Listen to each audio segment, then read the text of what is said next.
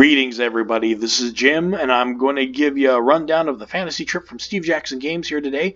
This is all about attributes and the basics of characters, okay? One thing that the fantasy trip has over other role-playing games that have come out over the last few years is this has something that they lack called tension. Anymore, that's just lost. This is so easy to have a lot of tension in this game, mainly because of the combat system itself. Here we have the board here, and it's just a very tactical game. It's very tactically rich. Everybody's thinking every turn. It's not like like a fighter in other games. You just walk forward and I say I slash it, I slash it, I slash it. No, none of that. I know it's not that way as much anymore. They're trying to give other fighters something to do, but this game started this way, which is nice. So let's just get right down to it. We're looking at some character sheets right now, and you might think to yourself, these are some small character sheets. What's up with that? There's only 4 statistics. Is that all there is? Well, I would first say that these are based off of the Melee combat game, which the fantasy trip is based off of. But and these are condensed character sheets for the game, the tactical part. However, even if we were playing a full-fledged role-playing game and you elongated it to a full page, these are all the stats you would actually see.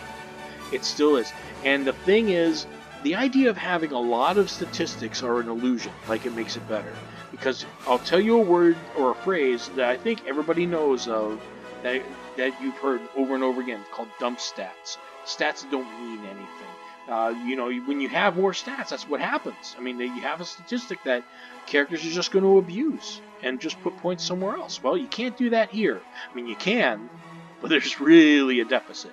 Really is. So let's go over it real quick. Let's start with the bottom one first, movement allowance. Movement allowance is basically how many hexes you can move.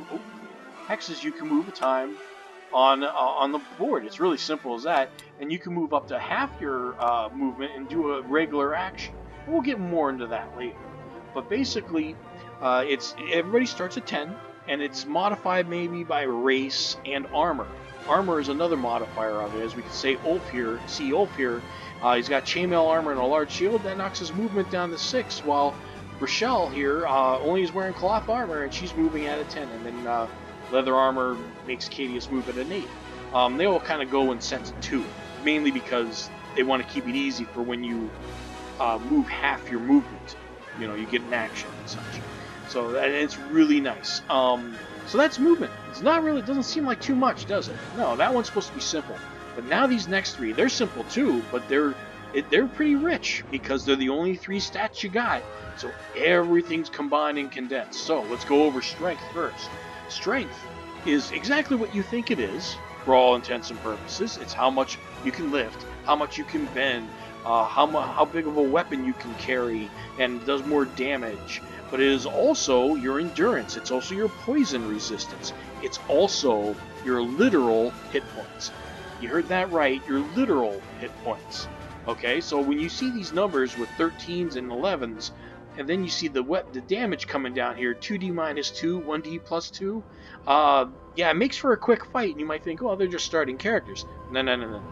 When you go up in levels in this game, or points, or levels, whatever you want to call them, you're only going up. I mean, an advanced character might add 3 to their strength if they're not going to do it to dexterity or IQ. So, whatever hit points you got, you're around that area for the rest of your campaign life there. So, interesting. Very, very much so. That makes, again, everything's always tight. Those goblins you fought at the beginning of your career, they're still a threat. You might have a little bit of an easier time with them. They're still a threat, and that's a great thing for game masters. So let's go right to dexterity. Dexterity, as strength is everything about the strength, the health of the body, dexterity is all about the movement of the body. It's jumping over pits. It's how often you can attack, when you attack. It's also dexterity as far as picking a lock. But the combat initiative is the biggest thing that dexterity has to offer. In this game, there's 2 types of initiative: movement initiative and combat initiative. Okay, I'll get into movement initiative in another video. But combat initiative, there is no dice rolling. It is straight up. Who's got the highest dexterity goes first. And in this game, when one shot can really make a difference.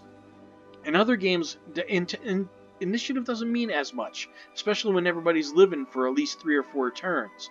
Here, man, if you get to strike first, that's a big thing.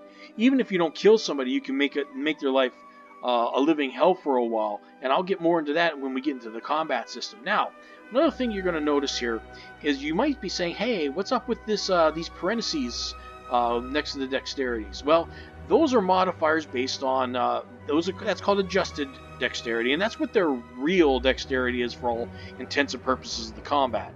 Okay, that's what they're going to roll against, and they're going to use for that for their initiative to see who goes first. It's modified by the armor that you're wearing. Chainmail and large shields is going to be a -3 to Ulf here, and Brachelle has cloth armor, that's going to knock her down 1, and leather armor knocks Cadius down by 2, and so on. And Solar is just kind of going commando, maybe, I don't know, but it's sticking at a 14, so he doesn't have to worry. So basically, there you have it with dexterity. Now the last one is, of course, IQ. IQ is all about the mind. You could have guessed that one because I'm sure you have a good IQ.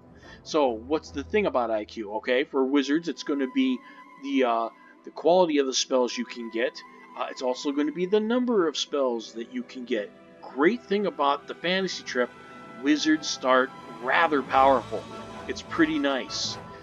They actually start with a myriad of skills that are useful, emphasis on useful, and it's really, and they get more powerful later and such. But that's what that's for, and it's also the number of skills that you could have if you're not a wizard. And your skill, the skills, you get a number of points depending. I mean, you get the exact number of points as your IQ, and the skills or spells you choose, of course, vary from 1 to 3 points depending on the severity of them. And IQ doesn't necessarily mean smarts either. It could also be just mental training. How much effort you've put into learning something. Okay, so that's a nice thing about it. It doesn't necessarily have to be you're the smartest guy in the world just because you got a 13 or 14 IQ. So basically, that, and it's also your willpower. It is also resisting spells, resisting illusions, anything to do with the mind. Recovering from psychosis, you just name it, anything to do with the mind, it's IQ. As you can see, everything is just condensed into those 3 stats. Movement allowance is another one, but that one's a little bit different than strength, dexterity, and IQ of how much you're going to use those. So that is the basics of the Fantasy Trip character generation, and I will see you in the next video. Oh, I'm sorry.